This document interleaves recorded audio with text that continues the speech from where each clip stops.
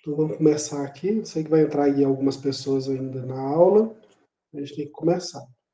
A gente vai começar falando de cálculos, né? A gente vai falar um pouquinho de cálculos. Eu ainda não postei a aula da farmacotécnica, que é a revisão do feriado, né? A gente teve feriado dia 2. Eu vou postar ainda uma aula sobre cálculos de isotonicidade. Isso para a farmacotécnica, né? Lá a gente fala de isotonicidade para substâncias estéreis, tanto para farmácia de manipulação quanto para a indústria.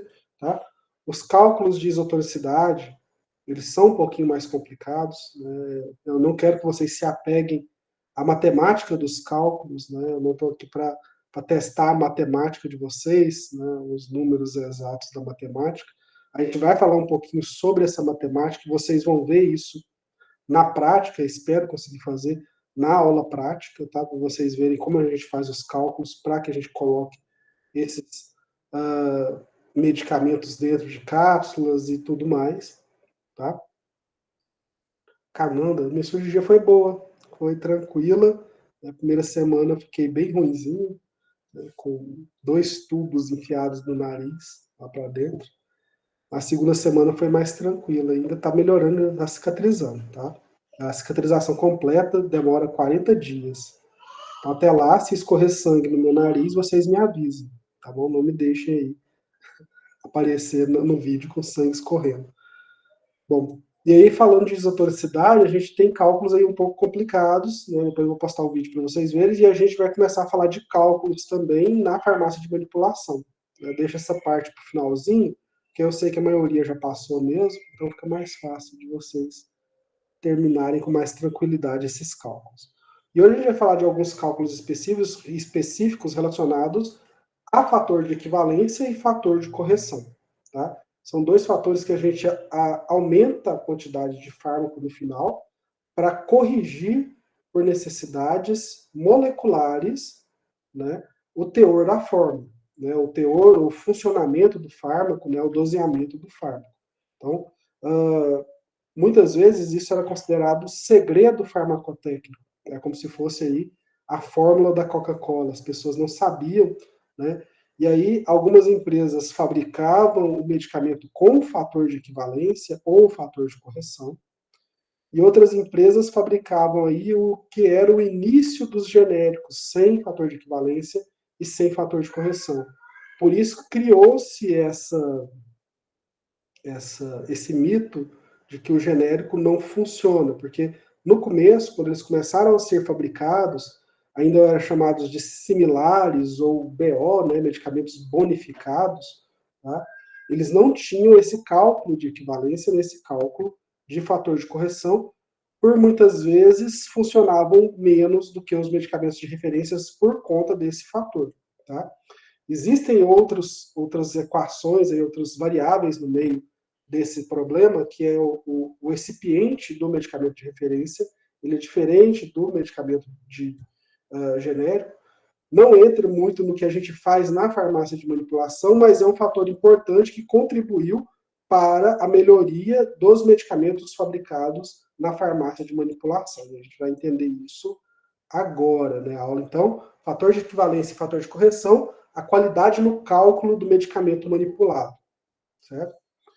Bom, isso começa antes da Lei 9.787 de 1999, a Lei dos Genéricos. O uso de fator de correção estava limitada à farmacotécnica dos medicamentos. Então, indústrias farmacêuticas e farmácias magistrais aplicavam fatores quando necessário, mas essa informação não era explicitada nos rótulos das embalagens ou nas bulas do medicamento. Então, você colocava o fator de correção se você achasse necessário, tá? E não precisava colocar isso no rótulo, nem na bula, e o cliente ficava assim. Eu não falo nem o cliente, eu acho que o mundo farmacêutico não tinha noção da importância do fator de correção e do fator de equivalência, né? Porque se nem farmacêuticos importavam tanto com esse fator, né, o cliente mesmo ele não tinha noção da importância desse fator de correção, tá? Era um diferencial para algumas farmácias e para algumas indústrias, né? e por isso o medicamento funcionava melhor para esses. Na maioria das vezes, esses fatores faziam parte do segredo farmacotécnico, ou seja, uma forma de dificultar a produção de determinado medicamento por outras indústrias ou mesmo por farmácias magistrais. Bom, e aí teve uma nova regulamentação que cravou, né? E a gente tem aí um problemão, porque a própria regulamentação, antes da lei de 99, proibia o uso de fatores de correção por farmácias magistrais. A gente tem a portaria número 344 de 1998, da Secretaria de Vigilância Sanitária do Ministério da Saúde, que traz o item receita. Em sua redação original, isso já é vetado, isso não existe mais hoje, trazia as seguintes informações. É vedada a aplicação do fator de correção em prescrições contendo formulações magistrais. Tá? Não sei a quem que iria atender esses interesses, provavelmente foi o lobby de algum tipo de indústria ou algum tipo de setor específico que proibiu o uso de fator de correção em farmácia de manipulação. Aí sempre o medicamento manipulado seria considerado uma potência mais fraca do que a potência do medicamento original. Tá? Só que aí veio a lei dos genéricos, resolução número 391 de 1999, e determinou a obrigatoriedade, que é um primeiro ponto de muita importância na qualidade da medicação, obrigatoriedade do uso da DCB, que é a denominação comum brasileira, ou, na falta dessa, da denominação comum internacional, DCI, nas prescrições médicas feitas no âmbito do Sistema Único de Saúde, SUS. Também recomendou que o mesmo fosse observado nos sistemas privados de saúde. Então, a lei ela exigia do médico, e ainda exige até hoje, né, que o médico prescreva dentro da DCB, que é o nome genérico do medicamento. Então, o médico prescreve, por exemplo, dipirona, e não o nome comercial da dipirona. Né? Então, isso eticamente é o que é certo, né? Você descrever o princípio ativo que vai ser utilizado, né, pelo paciente. E até hoje, muitas vezes, inclusive no SUS, isso não é cumprido. Né? A gente vê médico prescrevendo nome comercial, né, indicando aí, às vezes, sem a dosagem, a medicação. Isso é muito danoso para o paciente. Bom, mas essas modificações na legislação trouxe a necessidade de introduzir aí alterações nos procedimentos utilizados para expressar dados sobre os medicamentos.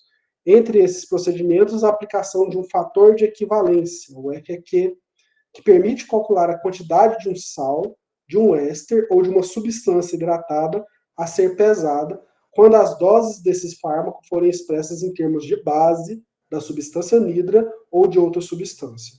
Tá? Toda essa teoria parece um pouco complicada, mas é bem simples. Tá? Você tem uma molécula, vamos pegar aqui a ranitidina, por exemplo. Ranitidina é uma molécula, um princípio ativo que faz efeito no seu corpo. Tá? E esse princípio ativo, para ele ter estabilidade fora do corpo, para ele ter uma certa estabilidade, ele tem que estar associado a uma molécula de ácido clorídrico. Então você chama ele de cloridrato de ranitidina. Tá? Então, essa molécula associada, ele interfere no peso final do produto. Então, você tem que descontar esse valor e aumentar a pesagem do produto para descontar esse cloridrato. Tá? Isso para medicações que precisam ter esse valor descontado, porque isso interfere na farmacoterapia do produto. Então, tem produtos, existem medicamentos que precisam de um fator de equivalência por conta desse anexo na molécula do medicamento, e outros produtos, outros medicamentos, que mesmo com esse anexo na molécula, não é necessário cálculo de fator de equivalência. Mas, professor, como é que eu vou saber qual precisa e qual não precisa? Existem livros, né? Já existem aí guias, né, que mostram quais são as medicações que precisam do cálculo do fator de equivalência e quais não precisam. Muitos sistemas informatizados de farmácia de manipulação já vêm com esses fatores inclusos. Só que você não pode confiar plenamente no sistema, você tem que fazer uma revisão, você tem que conferir se realmente está sendo calculado o fator de equivalência ou não para determinado tipo de medicamento. Certo? Atualização, então, da portaria 344 foi em 2001, passou 98, 99, 2000, 2001, viram que aquilo era uma bobeira e foi acrescentado um quarto parágrafo no artigo 52, permitindo a aplicação do fator de equivalência. Aí tem no artigo 52, parágrafo 4, somente será permitida a aplicação do fator de equivalência entre as substâncias e seus respectivos derivados, base e sal, em prescrições contendo formulações magistrais, sendo necessário que as quantidades correspondentes estejam devidamente identificadas nos rótulos da embalagem primária do medicamento. Isso pode gerar uma grande confusão, porque se o médico pede 20 miligramas e com fator de equivalência você pesa 24,44 miligramas, por exemplo, tá? O cliente pode olhar para o rótulo e falar, ó, pedi 20, está vindo 24, o que está acontecendo? Então você tem que colocar alguns detalhes no rótulo que indicam que foi pesado o fator de equivalência, mas a prescrição médica tem que ser garantida. Eu vou explicar para vocês como vai ficar isso no final. 2 anos depois, em 2003, na RDC 140, a Anvisa estendeu essa permissão aos produtos industrializados ao determinar a forma e o conteúdo das bulas. Né? O artigo 2º. Sem prejuízos do disposto do artigo 93, 94, 95 e 96 do Decreto 79.094 de 1977, as bulas deverão apresentar letras de tamanho mínimo de 1,5 milímetros e seguir a sequência do conteúdo preconizado abaixo. E aí ele vem descrevendo o que tinha que vir na bula. Por isso que é interessante saber também de legislação, viu, pessoal? Identificação do medicamento, o nome comercial ou de marca do medicamento, a denominação genérica dos princípios ativos, utilizando DCB, denominação comum brasileira, ou denominação comum internacional, DCI, ou ainda o CAS, que é a Chemical Abstract Service. Fitoterápicos, usar a nomenclatura botânica. Também deve ter no rótulo peso, volume líquido ou quantidade de unidades, conforme o caso. Tá? Na identificação ainda, as formas farmacêuticas que vão ser administradas, as vias de administração e apresentações comercializadas. Inserir a frase uso pediátrico ou adulto em destaque. A composição, descrição qualitativa e quantitativa do produto, indicar equivalência sal-base. E aqui o fator de equivalência começou a ficar explícito nas indústrias e as farmácias de manipulação começaram a ver que aquilo era necessário para a farmacotécnica do medicamento, né? E aquelas farmácias que não se atinavam ainda para fator de equivalência começaram a utilizar também. E aí a melhora significativa dos medicamentos, tanto de referência, quanto os genéricos, quanto os de farmácia de manipulação, começou a ser mais visível. Né? As pessoas começaram a ter ali uma forma mais rigorosa na fabricação desses produtos e uma padronização na pesagem desses produtos. Tá? Então, para os princípios ativos e qualitativa, indicando o nome da substância para os demais componentes da formulação. Peso, volume líquido ou quantidade de unidades, conforme o caso. Muito importantes também são os conceitos aplicáveis ao cálculo e aos usos de fatores de equivalência e correção. Então, a decisão sobre o uso ou não dos fatores faz parte da avaliação da prescrição. E quem avalia a prescrição é o farmacêutico. Tá, dentro da indústria você não faz isso, você produz lotes de muitos medicamentos, né, de milhares de medicamentos de uma vez, e você mira numa prescrição-alvo, né, num tipo de prescrição-alvo pelo médico. Na manipulação, não, você tem prescrição individualizada e avaliação farmacêutica da prescrição antes da produção do medicamento para decidir se você aplica ou não fator de correção. Vamos a algumas considerações sobre a prescrição dos medicamentos. Muitos medicamentos são conhecidos aí pelo seu nome comercial principal, são prescritos dessa maneira, o nome principal. A literatura científica também utiliza muitas vezes apenas o nome principal da substância. Quando a gente fala de ranitidina, por exemplo, pouca gente sabe que ela é um cloridrato, tá? E como exemplo, a gente tem prescrições também como a amitriptilina. Enquanto o fármaco usado é o cloridrato de amitriptilina. O médico prescreve amitriptilina, tá? Só que você usa o cloridrato de amitriptilina. E aí é sob forma de sal que as doses são expressas. E aí a gente tem na DCB as duas formas. Quando decidiram utilizar a DCB, denominação comum brasileira, tem a forma da amitriptilina na base, só que essa forma não é vendida no mercado, você não consegue obter a amitriptilina livre do cloridrato, né? Ela se dissocia lá dentro do corpo, e você tem a 712, que é o cloridrato de amitriptilina.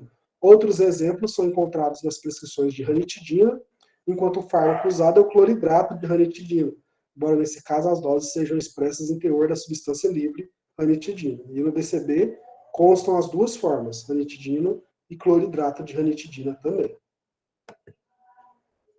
Então, esses exemplos mostram a necessidade de uma prescrição que não dê margens de erro, na qual fiquem claras as doses e as formas a serem utilizadas. Seria muito interessante que o médico já indicasse se ele quer utilizar o sal ou a base com fator de correção. Porém, a gente sabe que no âmbito da medicina, essa preocupação não é relevante. Não é relevante do ponto de vista médico para prescrever a medicação, tá? Mas é relevante para nós farmacêuticos na hora de fabricar o medicamento, considerando o efeito dessa medicação no corpo humano. Então nós precisamos atentar a isso, tá? Então, como se trata de uma condição pouco provável de que o médico vá prescrever já sabendo de fator de correção ou sabendo de anexos moleculares desse medicamento, né? Recomenda-se compensar pela avaliação farmacêutica da prescrição. Tá? E a gente tem aí erros muito mais, né, ou problemas muito mais simples a serem resolvidos. Primeiro, a caligrafia médica, que já poderia ter sido resolvido com prescrições completamente impressas. Né? A gente tem aí problemas aí na prescrição de nome comercial, que ainda é insistente no uso do nome comercial nos medicamentos. Então, são problemas que vão sendo resolvidos pouco a pouco. Por enquanto, a avaliação farmacêutica da prescrição é essencial. Como se faz essa avaliação farmacêutica da prescrição? Bom, a avaliação ela é uma tarefa difícil, mas fundamental para o farmacêutico. Quando você entra na farmácia de manipulação e você vê a quantidade de receitas que você tem que avaliar por dia, né, de prescrições, dá uma certa insegurança na gente. A gente fica assim, meio inseguro com relação à quantidade de pessoas que dependem da manipulação e dependem de que aquela avaliação farmacêutica seja bem feita. Porém, você começa a ver alguns padrões de prescrição. Então, o médico ele vai sempre prescrever de uma certa maneira. Né? Aquele médico tem um padrão de prescrição e você começa a conhecer o padrão de prescrição dos médicos que enviam a receita para a sua farmácia ou dos pacientes dos médicos que fazem receitas de prescrições manipuladas. Tá? A partir do momento que você reconhece os padrões, né, você tem muita coisa repetitiva que se torna rotina. Então, quando algo sai do padrão, você nota na hora e consegue avaliar também melhor aquelas receitas que saem fora do padrão. Tá? Várias informações devem ser levadas em consideração, além do princípio ativo e da dose que vai ser prescrita. A indicação para qual o princípio ativo foi prescrito e a forma como as doses são expressas para determinada indicação ajudam a gente a decidir sobre o uso ou não dos fatores de correção. Aqui a gente tem um exemplo, né? Bem simples, bem básico. Carbonato de cálcio, 500 miligramas. A prescrição seria carbonato de cálcio ou cálcio elementar. Então, nós temos aqui a fórmula molecular do carbonato de cálcio, CaCO3. Eu vou pesar considerando tudo isso, ou vou considerar só o cálcio, Ca2. Depende daquilo que foi prescrito. Se foi prescrito para osteoporose, né, a fonte de cálcio para o tratamento da osteoporose, geralmente esse medicamento vai vir associado ali com a vitamina D, que é um fixador natural de cálcio nos ossos. Então você já tem aí uma dica com relação ao carbonato de cálcio para a osteoporose. Se não tiver vitamina D, você pode perguntar para o paciente se essa prescrição é para osteoporose, ou você pode ligar para o médico e confirmar essa prescrição. Porque se for para osteoporose, as doses de cálcio na faixa de 500 a 1.500 miligramas ao dia deve pesar 1.250 miligramas de carbonato de cálcio para obter 500 miligramas do cálcio puro. Então você pesa a mais para descontar o peso do carbonato, tá? E você vai utilizar um fator de 2,5 nessa prescrição. Se a prescrição for para um alcalinizante urinário, né, para alterar o pH da urina, antiácido ou antidiarreico, você pode utilizar o carbonato de cálcio para isso, as doses são de carbonato de cálcio mesmo e não de cálcio elementar, pois não se trata de reposição de cálcio, o fator é 1. Quando você tem fator 1, você multiplica qualquer número por 1, é o mesmo, é como se não tivesse fator, certo? E a gente tem uma variação simples de prescrição farmacêutica, mas que tem total influência, total importância na pesagem final e na fabricação do medicamento para o problema que ele vai ser utilizado. Então, como esse exemplo mostra-se a importância de saber para qual indicação o medicamento foi prescrito. Outros exemplos podem ser mencionados para ajudar na avaliação da prescrição, e aqui a gente tem alguns mais importantes para a farmácia de manipulação. Primeiramente, sulfato de zinco. A gente tem ele utilizado para acne, sulfato de zinco de 220 mg, até 3 vezes ao dia. Essa dose se refere ao sal de sulfato de zinco heptahidratado, tá? Para recuperar o paladar em pacientes submetidos a quimioterapia ou radioterapia, melhorar o apetite na anorexia nervosa, em suplementos multivitamínicos e multiminerais, em formulações para fornecer zinco como cofator de enzimas, entre outras indicações, nesse caso as doses variam entre 10 e 50 miligramas de zinco elementar ao dia. Então você vai ter que descontar o sal heptahidratado e o sulfato como fator de correção para dispensar o zinco elementar para o cliente. Outra prescrição que tem bastante, né, prescrição manipulada seria o amlodipino. O amlodipino, ele é um sal de basilato de amlodipino. Se o médico prescreve amlodipino 10 miligramas, você tem que usar um fator de equivalência de 1,39 para correção, para retirada do basilato. Se ele prescreve basilato de amlodipino 10 miligramas, você tem uma subdose de 7,2 miligramas e tem que usar o fator de correção de 1,39. Se o médico prescreve basilato de amlodipino 13,9, o médico já entende do fator de correção e já inseriu o fator de correção na prescrição. A prescrição está correta, não precisa usar fator. Para ter certeza, é sempre bom confirmar com o prescritor se ele já inseriu ou não o fator de correção durante o processo de prescrição do medicamento. Se você dispensa sem o fator de equivalência, muito provavelmente a medicação não vai fazer efeito no paciente conforme o médico queria. Terceira medicação, neomicina. Então, na terapêutica, a neomicina é usada na forma de sulfato. Às vezes, as prescrições se referem à concentração de neomicina base, 0,35%, e outras vezes a concentração do sulfato de neomicina, 0,5%. As duas formas de prescrição se referem à mesma concentração, uma vez que 0,5% de sulfato de neomicina equivale a 0,35% de neomicina base. Então, se você tem sulfato de neomicina e o médico prescreveu 0,35% de neomicina, você corrige o fator para chegar ao 0,5% de sulfato de neomicina, que é o sal disponível na farmácia para fabricar aí a neomicina. Doxepina, a gente tem para formulação de uso oral, doses expressas em termos de base, então a gente tem que usar fator de equivalência para doxepina para calcular a quantidade de cloridrato de doxepina a ser pesada para corresponder à dose prescrita na forma de base. Para a formulação de uso tópico, as concentrações são expressas em cloridrato de doxepina e não precisa de fator de equivalência. Então você usa fator para a medicação oral, nesse caso da doxepina, e não utiliza fator, não precisa utilizar fator para formulações de uso tópico. Mesmo acontece com a terbinafina. Para a formulação de uso oral, utiliza o fator de equivalência. Para a formulação de uso tópico, você vai utilizar o cloridrato de terbinafina sem fator de correção, ou sem fator de equivalência. Para imipramina é um caso bem particular, né? A gente tem várias formas disponíveis para manipulação. A gente tem disponível na forma de palmoato e cloridrato e palmoato.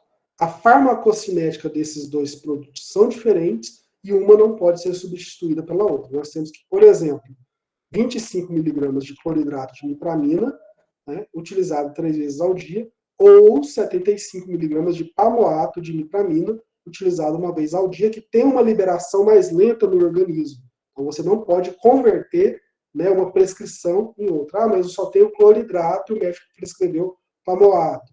Então, você vai ter que ligar para o médico, explicar isso, pedir para ele trocar a prescrição ou verificar com ele as possibilidades de se realizar a imipramina.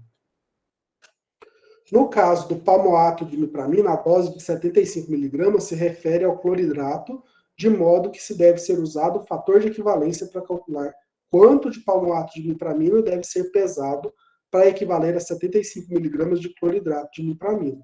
Então, o fator de equivalência entre cloridrato e pamoato, né, a diferença entre as duas moléculas, é de 1,5. Deve-se, então, pesar 112,5 mg de pamoato para equivaler a 75 mg de cloridrato de imipramina. Sempre que tem essa prescrição, tem que fazer essa conversão de fator de equivalência. Então, você gasta mais. E na hora de dar baixa no livro virtual, que é o SNGPC, você precisa dar baixa nesses medicamentos controlados, você vai lançar a quantidade que você mandou para o seu paciente, 112,5 mg por cápsula. Para minerais quelados, as doses dos minerais se referem ao mineral, não ao complexo quelado. Né? Um complexo quelado seria, por exemplo, uma partícula de zinco e toda uma estrutura complexa em volta dessa partícula de zinco. Então, você vai passar para o seu cliente só o teor de zinco que tem ali. Todo aquele complexo quelado em volta do zinco, ele é inerte, não vai fazer diferença para o cliente. Então, você vai ter que fazer um fator de correção para corrigir o teor do mineral, e aí o dono da farmácia pula lá em cima, porque os fatores de correção de minerais quelados são altíssimos. Então deve-se ficar atento sempre que receber um novo lote do produto, pois os teores são variáveis de lote a lote. Tá? E o interessante é, se você não utiliza teor, né, é bem provável que a sua medicação na sua farmácia não faça o efeito como nas outras farmácias, e você fica taxado de farmácia que faz as coisas erradas e está fazendo errado mesmo. Quando você utiliza o teor, você vai utilizar mais medicação, né, vai aumentar aí o preço da sua medicação, o cliente vai questionar, que ele falou que ele vai falar que em outra farmácia saiu, por exemplo, 10 vezes mais barato. É a hora de você sentar com o seu cliente e explicar para ele, olha, aqui a gente faz a fórmula, utiliza minerais quelados, de fornecedores qualificados, nós corrigimos o teor, por isso que a nossa medicação funciona adequadamente. Você vai pagar 10% a menos ou 10 vezes menos em outra farmácia, mas não vai fazer o efeito, porque lá eles não estão considerando o fator de correção da medicação. Fitoterápicos. Para fitoterápicos, a gente tem aí duas formas disponíveis no mercado, forma de pó ou extrato seco. O pó e o extrato seco não são equivalentes entre si, então você não pode mudar. Se o médico prescreve pó, você tem que mandar em pó. Se ele prescreve extrato seco, você tem que mandar em extrato seco. Qual que seria a diferença? O pó, você pega a planta in natura e faz uma secagem dela. Você retira a água dessa planta, deixa ela bem sequinha, tritura e faz o pó da planta. Por exemplo, a passiflora, que é um tipo de maracujá utilizado como calmante, né, as folhas da passiflora, você seca a folha e tritura e faz o pó de passiflora. Tá? Se você quer o extrato seco da passiflora, você vai colocar ali num solvente, tá? Vai extrair o complexo fitoterápico por rotoevaporação, você vai retirar o solvente e vai obter o extrato seco, que é bem mais concentrado do que o pó. Então você não consegue fazer a intercambiabilidade desses dois tipos de medicação. Tá? A grande dúvida é saber se o médico prescreveu, né, em pó ou extrato seco, que às vezes ele não indica, ele coloca a passiflora, pronto. Tá? Então, nesses casos, é muito importante conhecer como são usados os fitoterápicos e as suas doses. Por exemplo, cáscara sagrada. Cáscara sagrada, ele é um medicamento utilizado para limpeza intestinal, ele dá uma diarreia, né? Ajuda aí no emagrecimento, muitas pessoas utilizam ele para emagrecer, tá? E na forma de extrato seco, as doses variam de 100 a 500 mg ao dia, isso tem descrito na literatura desses fitoterápicos.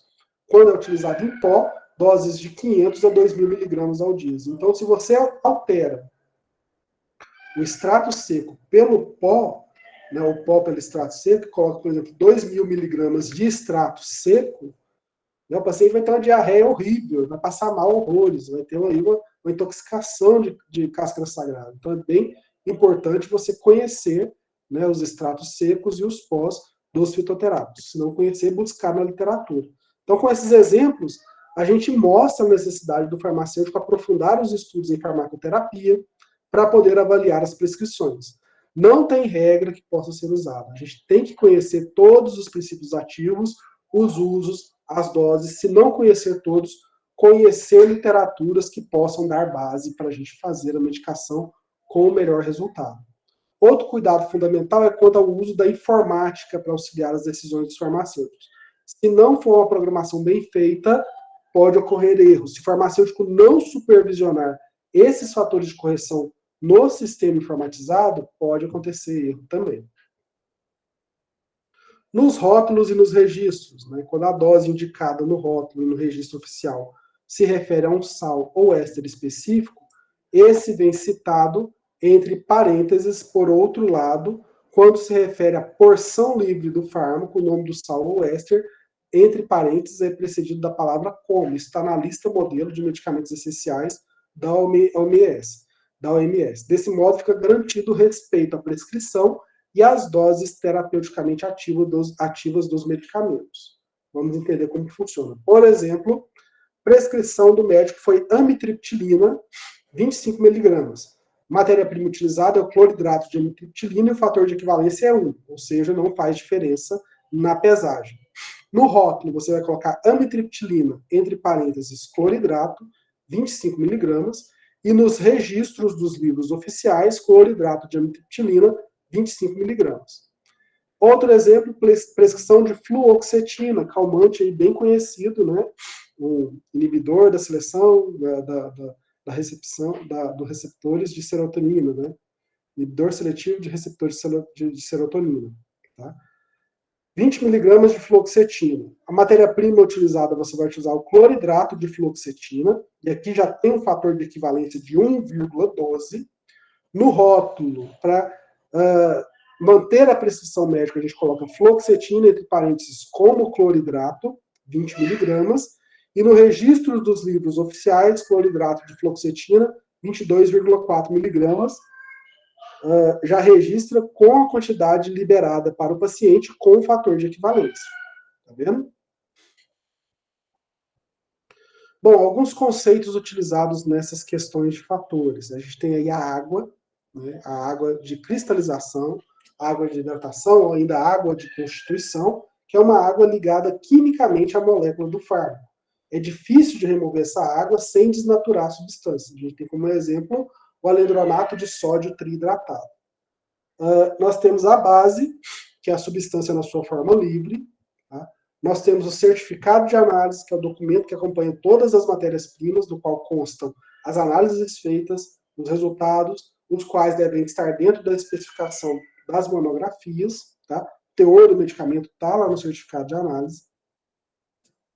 Os ésteres, que são compostos orgânicos que apresentam aí um átomo de oxigênio ligado a dois radicais orgânicos, são produtos de reação entre um anidrido e um ácido, ou um ácido com um álcool ou glicol, com a eliminação de uma ou mais moléculas de água.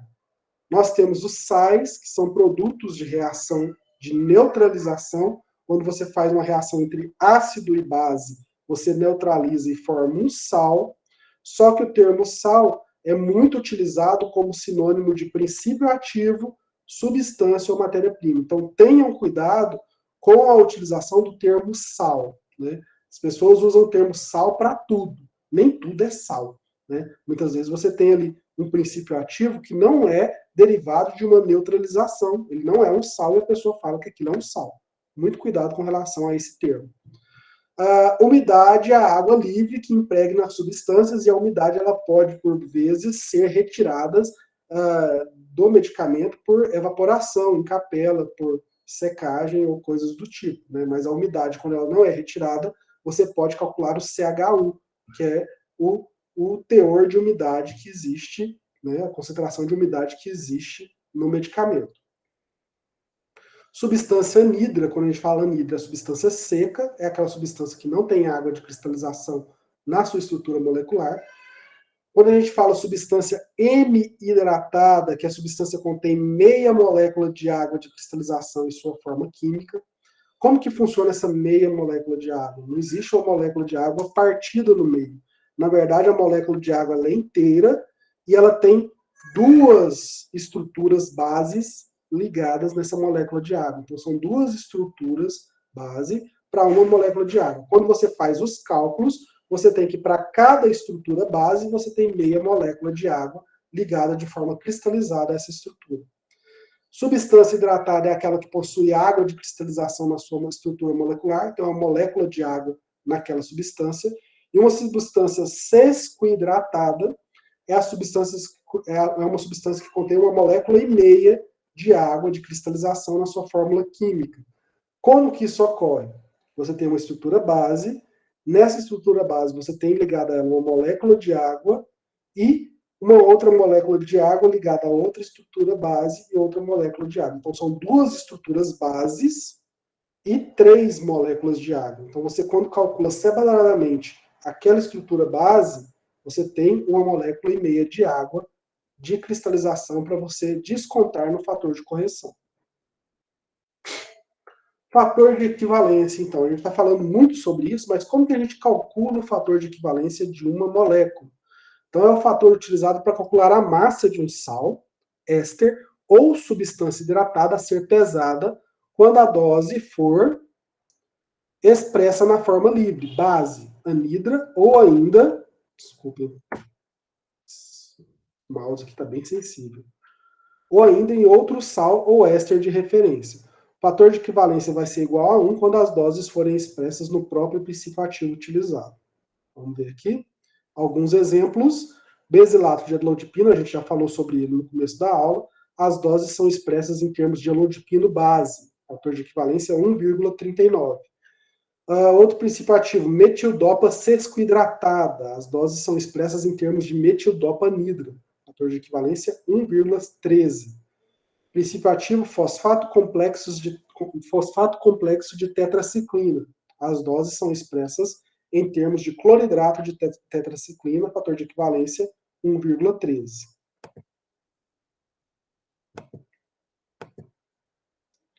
Para calcular o fator de equivalência, a gente tem que utilizar um outro conceito, o equivalente grama das substâncias envolvidas. Então, o equivalente grama seria o quanto aquela molécula equivale em gramas, tá, na hora de pesar.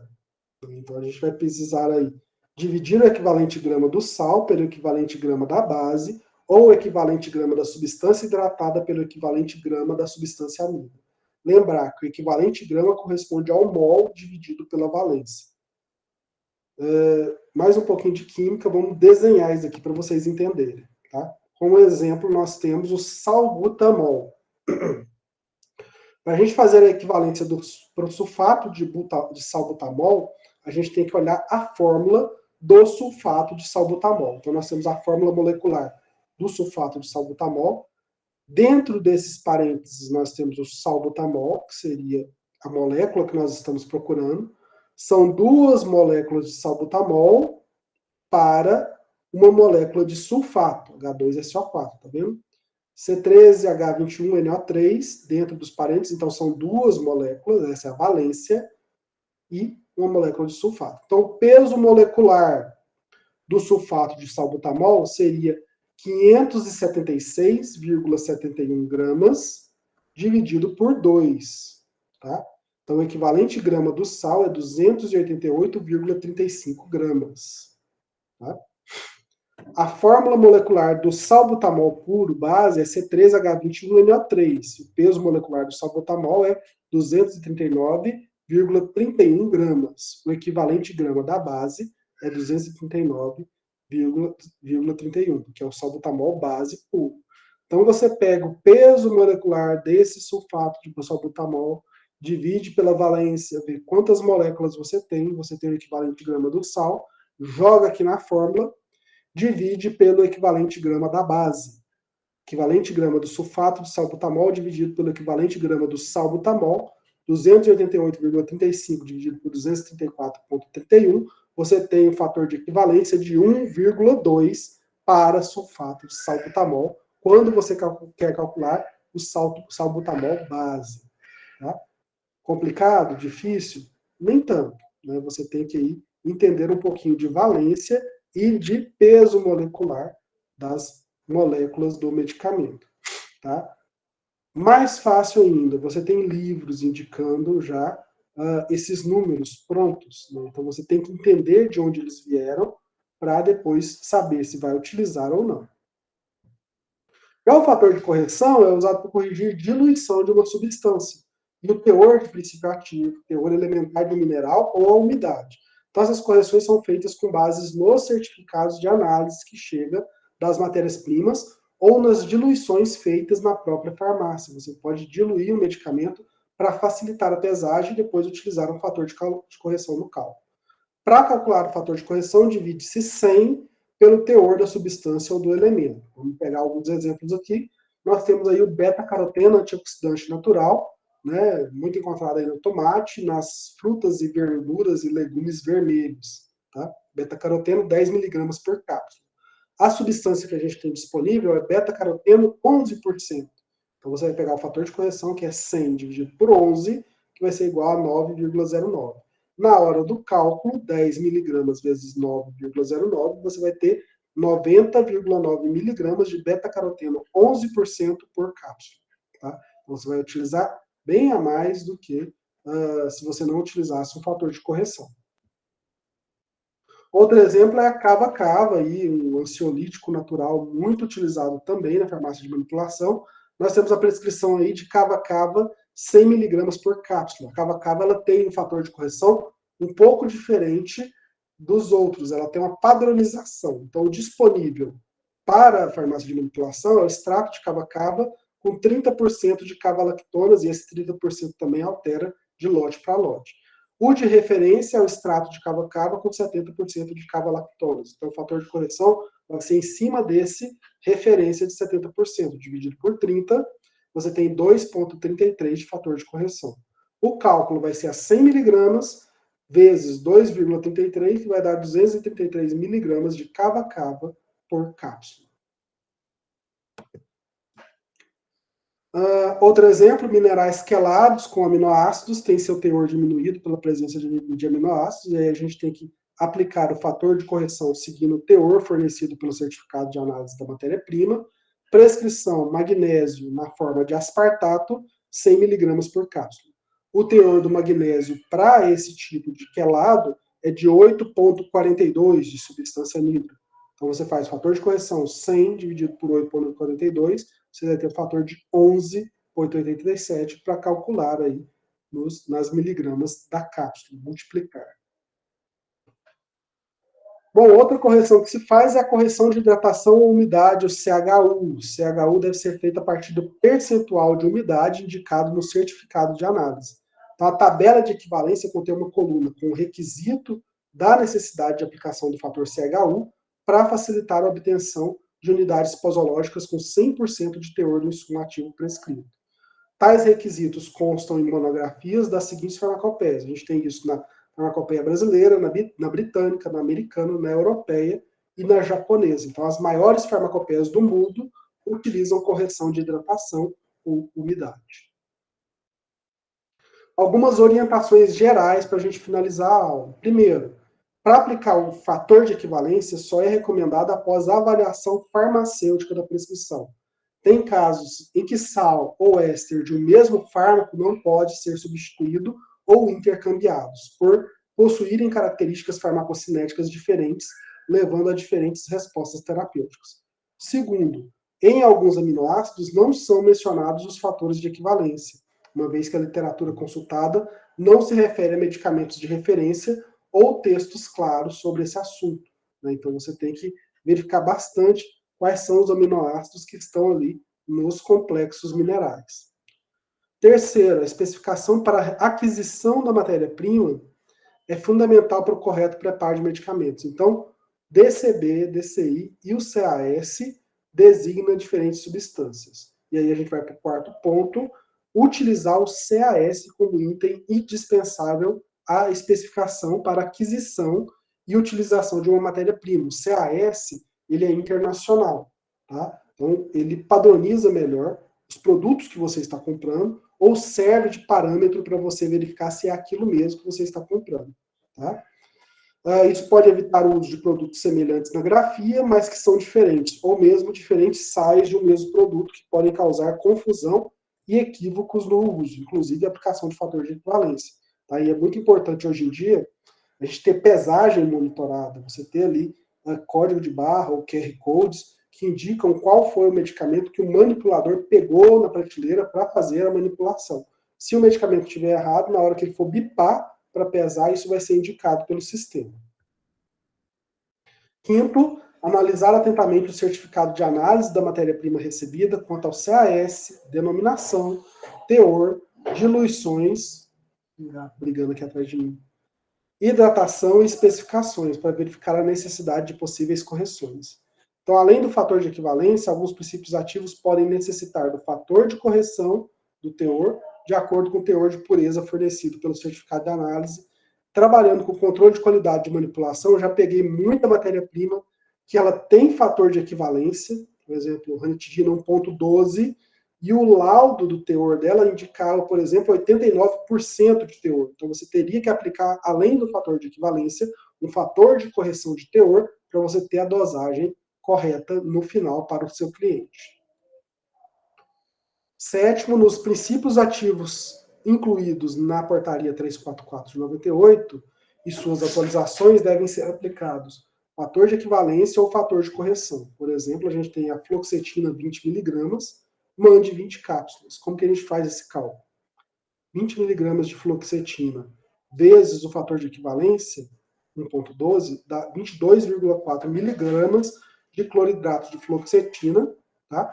Na hora da pesagem, você vai pegar esse cloridrato de fluoxetina, 22,4 miligramas, e multiplicar por 20 cápsulas, que você vai ter um total de 448 miligramas utilizadas para fazer a formulação. No livro de registro, dá baixa em 448 miligramas de cloridrato de fluoxetina, que é o que você utilizou para fazer a fórmula. No rótulo, colocar fluoxetina 20 miligramas entre parênteses com cloridrato. O balanço deve ser cópia fiel da movimentação do estoque. Então, você tem um estoque na farmácia de manipulação, você tem um estoque virtual no seu computador, ele deve bater fielmente com o estoque real. O que você utilizou de fármaco deve ser o que você deve dar baixa no sistema. E é isso, a referência utilizada para essa aula foi o Manual de Equivalência e Correção. Esse manual, primeiramente, foi produzido pela Anfarmag para os associados da Associação Nacional dos Farmacêuticos Magistrais. Depois ele foi concedido ou comprado pelo Conselho Federal de Farmácia e pode ser baixado gratuitamente para quem quiser aprofundar mais no tema. A gente tem a versão, essa é a capa do Manual de Equivalência e Correção. Correto? Obrigado pela atenção, né? E eu abro agora para alguma dúvida, algum problema que vocês queiram resolver com relação a fatores de correção. Né? Ficou facinho, ficou difícil, né? Os gatos não deixam eu trabalhar direito, mas tudo bem. Vocês já conheciam o fator de equivalência, o fator de correção? Alguém já trabalhou com isso? Não. Não, sabia que existia esse medicamento, não? Cananda já sabia, ó, Cananda disse sim. Então, quem fabrica medicação, dependendo da farmácia de manipulação, trabalha com isso diariamente, diretamente, se a gente trabalha com esses fatores. Isso dá uma queimada na cabeça da gente um pouquinho, mas depois é como todo serviço. Você pegou a rotina, você aprendeu a trabalhar, vai automaticamente. Na hora que você vê o nome da medicação, igual eu vejo ranitidina, já lembro logo, fator de correção 1.12, já tem que multiplicar, aumentar a pesagem e colocar isso para o cliente, para ficar bom mesmo. O que mais que vocês querem de mim hoje à noite? Dormir? Jantar? Vou trazer uma coisa para vocês, para a gente brincar. Eu sou telepata. Eu vi, Juliana, você tá até com cobertor aí, tá com frio, né? Pessoal, Eliane tá de jaqueta, moletom. Esfriou hoje, né?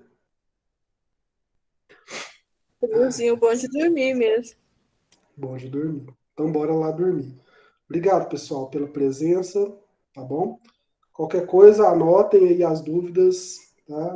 Logo, logo eu libero aí os exercícios para vocês e todo mundo vai passar, tranquilo. Até mais. Até mais, tchau, com Deus. Tchau, com Tchau, pessoal. Deus. Boa noite. Tchau, professor. Tchau.